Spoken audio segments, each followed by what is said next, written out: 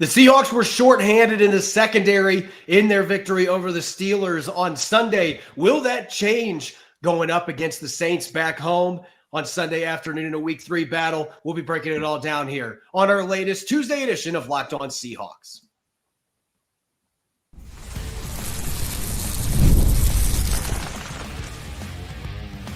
You are Locked On Seahawks, your daily Seattle Seahawks podcast. Part of the Locked On Podcast Network, your team every day. Greetings, 12. This is Corbin Smith, host of the Locked On Seahawks podcast, your daily Seahawks podcast, part of the Locked On Podcast Network, your team every day. Glad to be joined here on our Tuesday episode by my co-host in crime, Rob Rang. And a special thanks to all the 12s who are tuning in, whether you're listening from Moses Lake, Washington, or down in San Jose, California, in 49ers country. We greatly appreciate each and every one of you for making Locked On Seahawks your first listen 5 days a week. The Seahawks going to start shifting their attention to the New Orleans Saints tomorrow, and certainly some positive, at least optimistic injury news for the most part coming from Mike Macdonald on Monday. We'll be diving into that. Tell the Truth Tuesday, some closing thoughts coming out of Sunday's win over the Steelers in Pittsburgh. And we'll take a look at what's new with the Saints. And that might take a little while because there's a lot of changes with the New Orleans Saints, both personnel-wise and with a brand new coaching staff. It's a jam-packed episode coming your way, so let's get to it. Now for your lead story here on our Tuesday edition of Locked On Seahawks. In their 31-17 victory over the Steelers on Sunday at Acrisure Stadium, the Seahawks were missing some key pieces in the back half of their defense. It didn't necessarily show up in how the game played. Kudos to Darian Kendrick for what he did in the slot. DeAnthony Bell giving the Seahawks some snaps with Devon Witherspoon and Nick Emmanwori being out. And at least based on comments from Mike Macdonald on Monday, there seems to be some optimism with both of those players to varying degrees that they could be ready to potentially return on Sunday. Mike Macdonald saying, and I quote, "I would say we're optimistic. Anytime you're talking about possibly going in a game without practicing, there's a dangerous game to play, not one we want to play consistently. I think with Spoon, he's probably a guy that we'd be more inclined to do that with, and probably not so much with Nick. Nick probably needs more reps than Spoon right now, but we'll see. We'll see how it goes on Wednesday and Thursday with those two."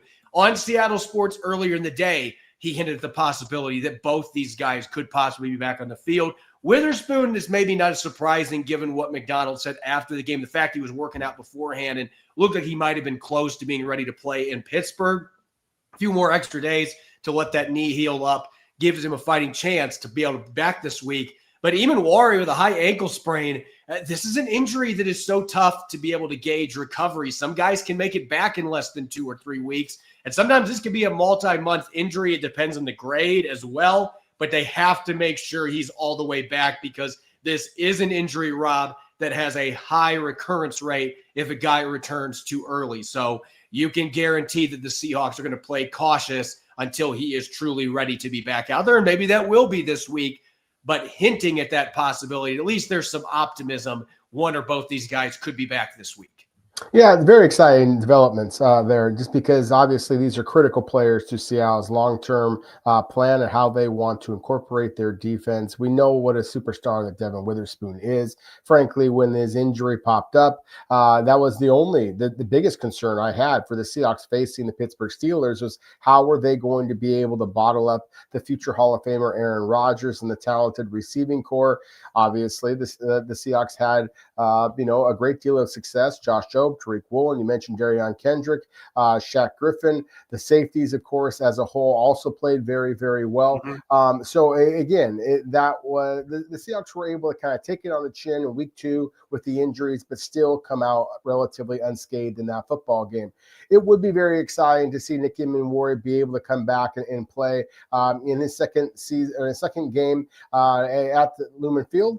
At the same time, I think that the Seahawks have got to exercise caution as you said, Corbin, this is an injury that often is a recurring one. I think that the fact that Emmanwori is going to be asked to play so many different roles for the Seahawks, and frankly, the New Orleans Saints are a team of 0-2, have a new starting quarterback. That this is not necessarily going to be the most challenging opponent. If the Seahawks do what they should do, they really should be okay, even without Nicky Emmanwori on the field. Devon Witherspoon, to me, is the much more fascinating storyline here. But as Mike Macdonald mentioned, with a player like Devon Witherspoon, you don't necessarily have to have him practice all week long. If Nicky Emmanwori is not on the practice field on Wednesday, or at the absolute worst on Thursday, I would be stunned if he was on the field for the Seahawks on Sunday. Yeah, I think that this is obviously a varying degree thing where Witherspoon's he's a third-year vet, and he's a guy that coming into the league, football IQ was one of the top things on his scouting report, consistently from draft analysts. And so he knows the game inside and out, and he knows this defense inside and out. He's mentally going to be prepared if you can get him to where he's physically able to play. And I thought he looked decent running sprints before the game the other day. I actually thought there might be a chance he plays in that game, but Seattle decided to hold him out. I think there's a good chance he's back this week. Emmanwori, I'm still thinking that this is probably at least one more week, but we'll see. Again, if he has made progress and the medical staff deems that he's ready to go and he's out there getting practice reps this week, then he's got a chance to be out there. But you don't want to take anybody lightly. This could be a week where maybe it makes sense to just give him one extra week and then see if you can get him back in time for week 4. When they play that Thursday night game, maybe just a couple extra days to play Thursday night against the Cardinals, division matchup, a huge game for the Seahawks. That might be the end game here. You got to think about, we have 2 games in 5 days. Let's maybe get him ready to go for that game instead of playing against the New Orleans Saints. There's a lot of different parts to that.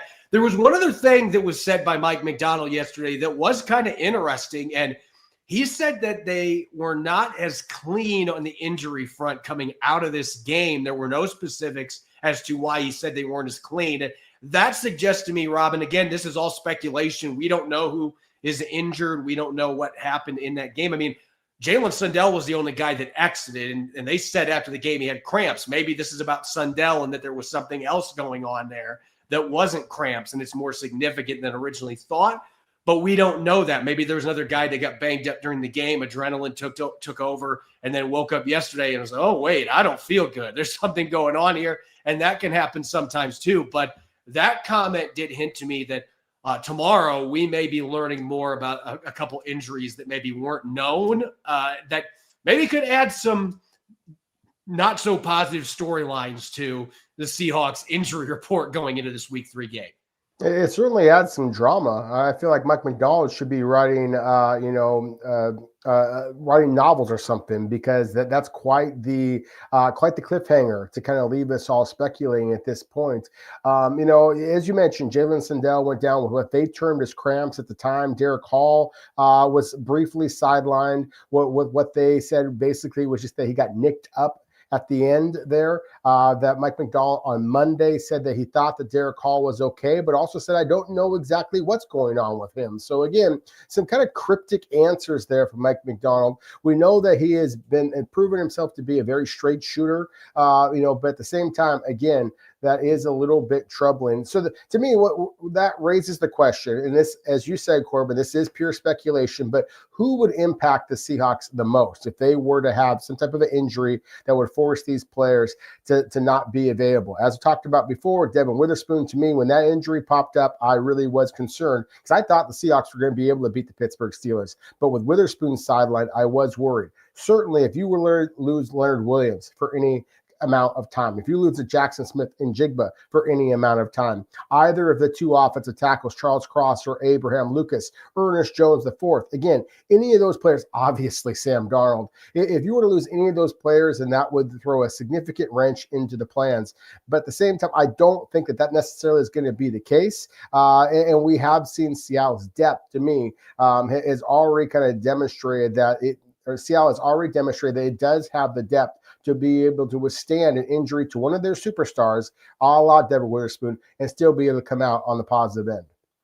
Yeah, and the other thing that you're hoping is it wasn't a guy like Julian Love who was on the injury report and missed time last week, and he made it through this game and then re-aggravated an injury or something. So those are all possibilities. Again, This is all speculation. Mike Macdonald said nothing that would have indicated which players he was talking about in terms of the injury report not being as clean as they thought it was going to be. But that is going to be the thing I'm watching for tomorrow when Macdonald speaks with reporters and we see the injury report. Who pops up on there this week that maybe we weren't anticipating was going to be on there, and how that may have an impact on their game against the Saints. The fact they have another game a couple days later in Arizona as well. They're going to be handling their injury report with serious caution here because of the fact they have 2 games coming up real quick. I'm curious to see how that plays out. When we come back, we're going to spend a few more minutes talking Sunday's win in Pittsburgh, some closing thoughts on our Tell the Truth Tuesday. That'll be coming up next here on our Tuesday edition of Locked On Seahawks. Mazda crafts cars for those who choose to do more than simply move. They follow what moves them every time they drive, and that's what makes Mazda stand out. They go beyond safety, style, and performance to deliver a driving experience that feels alive in every detail. As an athlete focuses on every detail, Mazda does the same. From metallic accents to hand-stitched Napa leather, you can feel it the moment you get behind the wheel. The smooth handling, intuitive controls, and standard all-wheel drive in every crossover SUV, whether it's a quick drive to practice or a weekend road trip, Mazda makes everyday drives feel special. It's the small details that make the big plays. And just like there's more to every player, there's more to a Mazda vehicle. Mazda, move and be moved.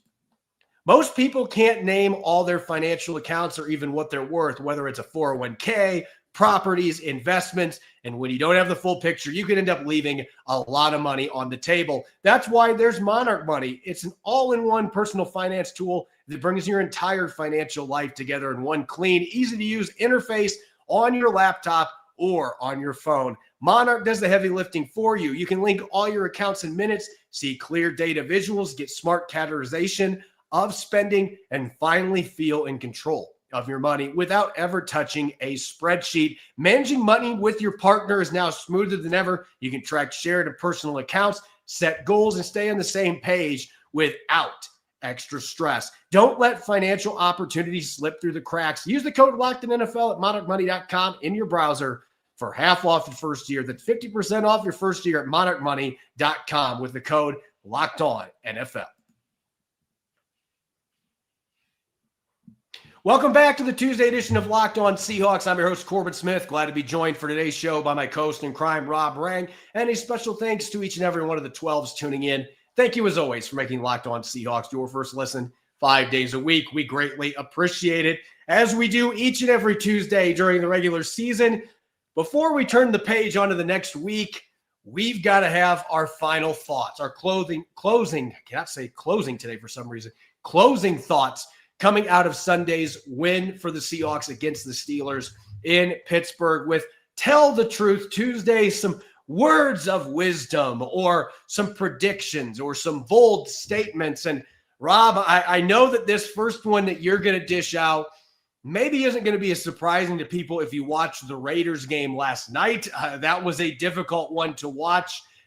Certainly, I'm not putting all the blame for that on the quarterback. There were some things working against Geno Smith, but I know that this is something you said earlier in the offseason, and now you are strongly feeling a certain way about Seattle's quarterback choice. Yeah, as you said, Corbin, it may not be a surprise to longtime Locked On Seahawks listeners, and thank you so very much to all of you listeners and viewers. But yeah, I am all in on Sam Darnold. I think that he is a significant upgrade over Geno Smith in a variety of different ways. I think that the accuracy is very, very similar. I think that they are both among the most accurate quarterbacks in the NFL. I think the poise is even better with Sam Darnold. And as you said, Corbin, maybe he has taken a cheap shot right now at Geno Smith, who, of course, threw 3 interceptions and a fairly humbling loss for the Las Vegas Raiders against Los Angeles Chargers. I thought that the Chargers clearly were the better football team there, but it was just the types of throws in which Geno Smith made and the types of throws in which Sam Darnold made, where he did have hellacious hits and still be able to complete passes to essentially salt away that victory in in as formidable of an environment as it gets in all of the NFL. So, yeah, I am basically kind of doubling down on the prediction I had before that Sam Darnold is going to be the quarterback that leads the Seahawks back to a postseason victory, whereas Geno Smith and the Las Vegas Raiders had better start rolling dice because I don't think that they're going to be anywhere near postseason this season. Yeah, look, the fact of the matter is, everybody wants to joke about the seeing ghosts thing that Sam Darnold said in New York, but I didn't see that yesterday. On Sunday, I saw a guy that had moved past that with some of the hits that he was taking, including on that 21-yard touchdown to Torrey Horton, where, Horton ended up being wide open, but he had to hold on to the ball that long to allow him to truly come uncovered with defenders coming across the field that were defending other players on Seattle's roster. He had to hold that split second longer, and he did it, and he took the shot, made a perfect throw despite getting blasted. Those are the type of things that Sam Darnold is doing now that he wouldn't have done early in his career, maybe even compared to last year. That was an issue in Minnesota at times. It was one game, but a lot to be excited about there. Look, I'm going to go against the grain here of what a lot of people were saying last week. Certainly you and I were not saying this coming out of the season opener. I know Cooper Kupp had a disappointing debut in a Seahawks uniform, but neither one of us was saying he was washed up because we saw what he looked like in training camp. And what we saw on Sunday in Pittsburgh, that is the Cooper Kupp that I have been seeing on the practice field, where he looked healthy. He was catching the ball, quickly turning upfield, and he got a lot of yards after the catch in this game with some crucial pickups. He had 3 of his catches on third downs, 2 of those being 7 yards or longer, where he was able to convert and move the chains. And on almost every one of those, he was turning up field with bursts that maybe you weren't expecting from him at this point in his career. Broke a couple tackles on one of them.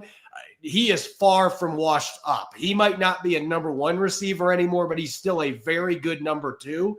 And with his ability to attack the middle of the field, that is such a big part of this scheme in the passing game. And Sam Darnold's embracing that. And now getting Cooper Kupp heavily involved with a big game in Pittsburgh, I think that bodes really well for this entire offense. It takes pressure off Jackson Smith and Jigba. It allows Torrey Horton to grow at the right pace, to develop at the right pace, not have to jump in immediately and be your number 2 guy. You can get him involved slowly, make a few splash plays in there. But to me, this was a big deal in this football game for the Seahawks, getting Cooper Kupp rolling and fans to get a chance to see what we saw in training camp, where he clearly looked like there was a lot still left in the tank. All right, let's flip over to the defensive side of the football. And I know that you've got in particular a couple of intriguing thoughts on defense coming out of this game. Well, Boye Mafe is a player that I thought before the season began that he was going to be the Seahawks leader in sacks, if not the leader, perhaps behind Leonard Williams, who, of course, led the squad in sacks a season ago. Then I certainly thought that Boye Mafe would be the guy on the outside as far as an edge rusher who was going to lead the team in sacks. And through 2 games, Corbin, he has 0 sacks. He's got 0 quarterback hits. He's only got 3 tackles, and of them, only one of them is a solo. But if you are concerned about Boye Mafe, I would say after watching the all-22 of both of the last 2 games, then don't worry. The breakout is coming soon for Boye Mafe. He's just too damn quick off the edge. He's learned to use his hands too well for the sacks not to come soon. He had, we talked about it, during the show on Sunday after the Seahawks victory over the Steelers. What a critical play it was for Darion Kendrick to get that interception in the end zone. It was Boye Mafe that created the pressure to force Aaron Rodgers to throw that ball towards 2 wide receivers that, of course, Kendrick wound up getting the interception. So, again, I still feel strongly that Boye Mafe is going to wind up pushing for double-digit sacks this season. And more importantly, I think that whether he gets the sacks, whether he gets quarterback hits, he's going to force quarterbacks to get off of their spot, and that's going to create big play opportunities for Seattle's defensive backs. Couple things that stood out to me on defense, and I'm going to start with the negative here. The Seahawks had 13 missed tackles. Now, probably half of those came on the 65-yard play to Jaylen Warren. Let's be honest. That play, I think you had an entire game's worth of missed tackles on that play, and Mike Macdonald acknowledged that after the game, how Chris Partridge, their assistant coach, was going to have a field day with that during their film session. I would have loved to be a fly on the wall while they were looking at that play. But it has been an issue in both games, albeit inconsistently. There have been long stretches where this team is tackling really well, and then there have been brief flashes where the tackling's just gone out the window and they've had a lot of missed opportunities, arm tackle attempts, not taking good pursuit angles. So that is still, to me, the biggest issue with the defense. And that is a correctable thing. So I think that can be viewed as a positive, that's the biggest issue they're having right now. But they've got to get a little better at swarming to the football and finishing plays. There's still been too many plays left in the field. You can't expect every week you're going to give up long plays like that one to Warren with a bunch of missed tackles, and your defense is going to be able to hold up and kick the other team to the sideline with no points. Most of the time, that's not going to be the case. So they've got to prevent things like that from tackling better. And real quick, as far as my last takeaway coming out of this game, you know, some may say that it was bold to say Sam Darnold is an upgrade over Geno Smith, at least going into the season. We're 2 games in. We still have a long time till we really know what the answer is on that front. I am very confident, though, that the Seattle Seahawks have at minimum a top 3 defensive line, interior defensive line in the NFL. In fact, I'm going to go as far as saying right now they are the best in the NFL because of what they are getting from Byron Murphy II. And you can just tell listening to Jaron Reed when I asked him about Murphy's big game the other day. Take a listen. Byron Murphy getting 2 sacks today, doubling his total from last year. Oh, yeah. You know, what do you see in these first couple of games? Seems like he's just really taking the lead. I'm not surprised at all. I knew that he was going to do this, man. This guy works his ass off every day. He doesn't complain. He doesn't do anything but work hard. You know, I've seen the work he's put in just through the offseason and in-season and training camp period, and he deserves it, man. And I was happy for him today for him to go out there and get 2 sacks. I actually told him, not like I told him to get a sack, but I told him, I said, bro, you about to go get a sack right now. Do your moves, do. He went and got it. You know, I told him I feel like a manifestor or something today. It was right before the play that he got. Yes, the second one. Yeah. Well, we can call him Nostradamus. He was on the sideline when Byron Murphy II got that second sack in the game. And I know it's listed as 1.5, but I hate partial sacks. He was in on 2 of them. So Byron Murphy II has already eclipsed his sack and quarterback hit numbers from his rookie season in just 2 games. A lot of that damage coming this last week. 3 tackles for loss already. I am very confident that if you look at the NFL landscape right now, you are not going to find a trio atop the depth chart interior defensive lineman that is better than Leonard Williams, Jaron Reed, who, by the way, Jaron Reed is having a phenomenal start to the season. He has been very disruptive. He's had a sack in both games. And Byron Murphy. You will not find a better 3-headed monster atop a depth chart interior defensive line on another roster in the entire NFL. In fact, I don't know if it is close with Byron Murphy playing the way that he's playing right now. Williams is still playing extremely well, and Jared Reed doing what he's done. That is truly a monstrous trio for opponents to have to deal with.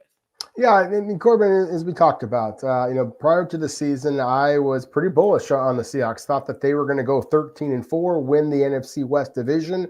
And look, as I said before, I was very excited about Sam Darnold, the quarterback position. But the single biggest reason why I thought the Seattle was going to be making this postseason run is because of that defense, in large part because of the defensive line. Byron Murphy II is absolutely exploding over the first couple of weeks of the season. You mentioned the sacks. You mentioned the tackles for loss. I believe he's got 11 tackles so far this season. I mean, so he is on a pace to not only beat what he did a year ago, but to absolutely obliterate it. He is on a Cal Raleigh type of a pace at this point, who, by the way, in case you're just watching us live and aren't recognizing what's going on in the Mariners game, Cal Raleigh did just hit the 55th home run, breaking the record for any switch hitter in Major League Baseball history. So again, some fascinating, exciting Seahawks and Mariners things happening right now. It's one of the reasons why I think that this is going to be a historic and lots of fun kind of a fall season. I want to switch back for one moment, Corbin, just real quick. We talked about defensive line and the whole iron sharpens iron idea. I want to go back to the center position. Jalen Sandell, as we talked about, went down late in the game with what Mike Macdonald later characterized as a has cramps. It remains to be seen what's going to happen there. But I thought it was interesting that Ola Oluwatimi did get some snaps. He was the center on the play in which Kenneth Walker III got the touchdown that basically salted the game away.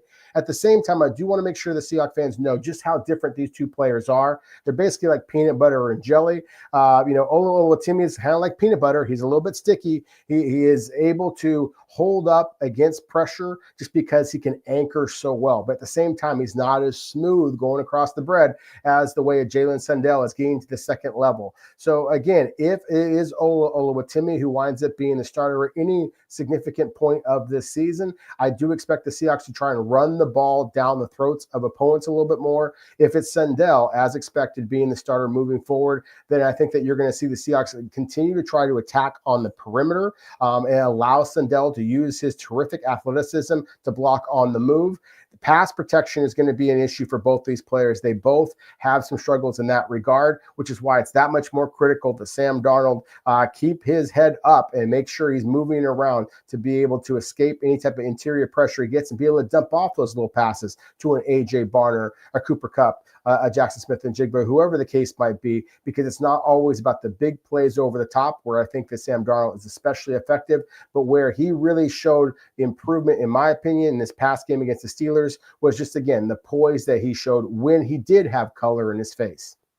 When we come back, we're going to shift gears away from Week 2. It is now on to New Orleans in Week 3. We're going to take a look at what's new with the Saints as they prepare for their road trip to come out to Lumen Field for a clash on Sunday afternoon. Don't go away. You're listening to the Tuesday edition of Locked On Seahawks.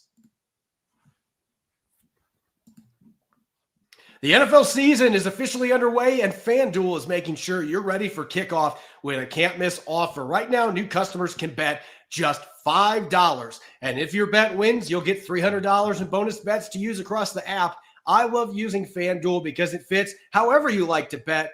If you're like me, player props such as how many touchdowns Sam Darnold will throw against the Saints, building a same-game parlay with multiple prop bets for Week 3, or jumping in live as the action unfolds. It makes every game more exciting, whether you're watching your favorite team or just keeping an eye on your fantasy lineup. It's quick, easy, and the best way to add a little more energy to Sundays. So are you ready to play? Download the FanDuel app now by visiting FanDuel.com to get started. That's FanDuel.com to place your first $5 bet.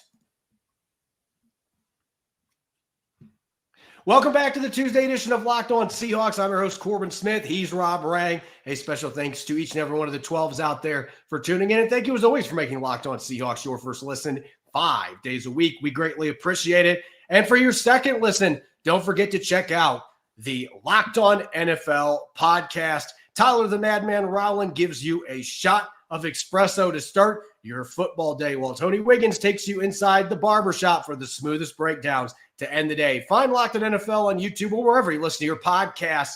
The Seahawks getting ready to return home to Lumen Field, desperately seeking a victory there. They have not won there in a long time, and they've gone 1-7 in their last 8 games at Lumen Field, Rob. That is not an ideal situation for any team, but particularly one that has historically been such a tough team to beat at home. And looking to get that record improved the other direction, they will start things off this Sunday with the Saints, who come in at 0-2. And before the season, the expectations in New Orleans were not very high, even with a new first-year coach in Kellen Moore, Prosser native, Washington ties, Boise State standout, had success, obviously, in Philadelphia, helping lead the team to a Super Bowl last season as the offensive coordinator. He's got his work cut out for him, and it's not just because the Saints have been dealing with their salary cap situation, but this is a roster that got really old, and now they're trying to resupplement the roster with youth, and it certainly has been difficult from a personnel standpoint. Yeah, it really has. Not only is Kellen Moore, as you said, the head coach, he's got a first year offensive coordinator in Doug Nussmeier, is calling the plays now. And so there is going to be some transition there. They've got Brandon Staley, former Los Angeles Chargers defensive coordinator, is calling the plays on the defensive side of the ball. So an awful lot of turnover in terms of the coaching staff. This is a team that has Spencer Rattler at the quarterback position. Of course, a year ago at this time, it was Derek Carr. And so, again, as you said, and this is a team that went from being one of the older and highest paid squads in all of the NFL now to a very young team, and including at some critical positions. Quarterback is very young. Offensive line, they used their first round selection on Kelvin Banks, a versatile offensive lineman that I thought that the Seahawks would have been very, very high on, would have considered had he been available at that point in the draft, where, of course, the Seahawks gladly were able to get Gray Zabel at that spot. They also used their second round selection on Tyler Shook, the quarterback from Louisville, from Oregon State, from Texas Tech, et cetera, et cetera. I played an awful lot of time at the college level. The Van Wilder of college football. Exactly. And so, again, they have some talent. I do very much believe in the coaching and teaching ability of Kellen Moore, Doug Nussmeier, Brandon Staley, again, some talented coaches, but at the same time, largely unproven. That Kellen Moore, this is going to be a special opportunity for him coming back to the state of Washington. He's going to want to show out. The right tackle, Taliesin Fuaga, one of my former students in Altoma High School, Tacoma Zone, he's going to want to show out his first opportunity to play in Seattle as well. But at the same time, this also feels like a team that the Seahawks, frankly, just have more talent and should be able to, be able to control this kind of football game and get back the home field advantage that, as you pointed out, has been lacking for an awful long time. As I mentioned, one of the big things that this Saints franchise has, they've just been kicking it down the road for a long time, the salary cap issues, and constantly being reminded by people who cover the team that, well, we're in better shape than you think. But eventually, when you put that much in your credit card, eventually it is going to catch up with you. And it feels like in the last couple of years that it has been reaching that point for this team. And with that, they moved on from some players. Tyrann Mathieu retired, somewhat abruptly retired and wasn't on the team anymore. So that's another name that you could add, a guy that was with the team for a while, that made some Pro Bowls in New Orleans. But away from Alvin Kamara, the running back, and Chris Olave out at receiver, there's just not a lot of continuity on this team. They've made major changes. They traded Marshawn Lattimore last year. He was their number one corner, so they're trying to figure things out there. Their other really good corner, young corner they had, Paulson Adebo, they couldn't re-sign him because they don't have money, and he ended up going to the New York Giants in free agency. So it's a team that when you look at what they were able to do in free agency, the additions, Justin Reed was a nice pickup from the Chiefs, but they weren't able to go out and spend a lot of money adding to this roster because they didn't have it. And Paulson Adebo being one of the guys they would have liked to bring back, he ends up going to the Giants. They have a draft that's got some intriguing players, and yet you invested a second-round pick in Tyler Shough, who was 25 years old coming into the season, and he couldn't beat out Spencer Rattler for the starting job. And that's a guy that you'd think with all the experience, like you're hoping he comes in and wins the job outright. Like there's a lot of questions for this team. I think you also have to look at the injury situation. Taysom Hill has been a Seahawks killer over the years when these two teams have played. Taysom Hill is still recovering from an ACL injury, and he's on the PUP list. So he won't play in this game. The Seahawks won't have to worry about him. Kamara will be out there. Olave, they've got a few other decent receivers. Brandon Cooks, who they brought back over. Defensively, they've got a few old standbys that are still on the roster, but it just feels like they're kind of between a rock and a hard place right now, where they have some aging vets that are on the downside of their career, and they have a lot of young guys who are unproven that are trying to figure things out. There's not a lot of middle class here where you have guys that are in the prime of their career. Offensive line in the interior, you have a few guys that fit that mold, but it just seems like they have a lot of positions where there's questions moving beyond this year. I agree with you. I will mention one veteran player. He's not a new addition to the New Orleans Saints, but he is definitely having a terrific kind of breakout season, and that's Carl Granderson. Corey, he's got 3.5 sacks over the first 2 games this season. That ties him with Myles Garrett and Harold Landry for the NFL lead.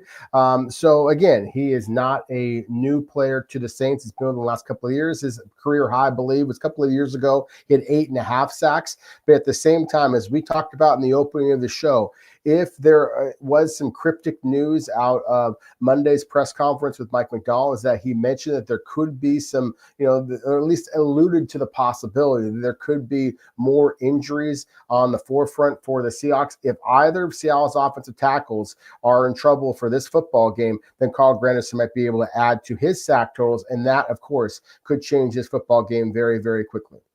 Yeah, we'll have a better idea tomorrow where injuries stand for both teams once practices for the week kick off, particularly for the Seahawks, trying to figure out where those cryptic comments fit in with Seattle's roster. And if it really ends up being anything, it could be something that by Wednesday, well, wait a second, this isn't as bad as we thought. And that's the way things go in the NFL. But that's going to be a perfect segue into tomorrow's show when we dive into the matchups, the key breakout matchups, so to speak, to watch on offense and defense for the Seahawks. We will be diving into all of those on our Wednesday episode. As always, you can follow me on X and Blue Sky at Corbin Smith NFL. You can follow Rob at Rob Rang.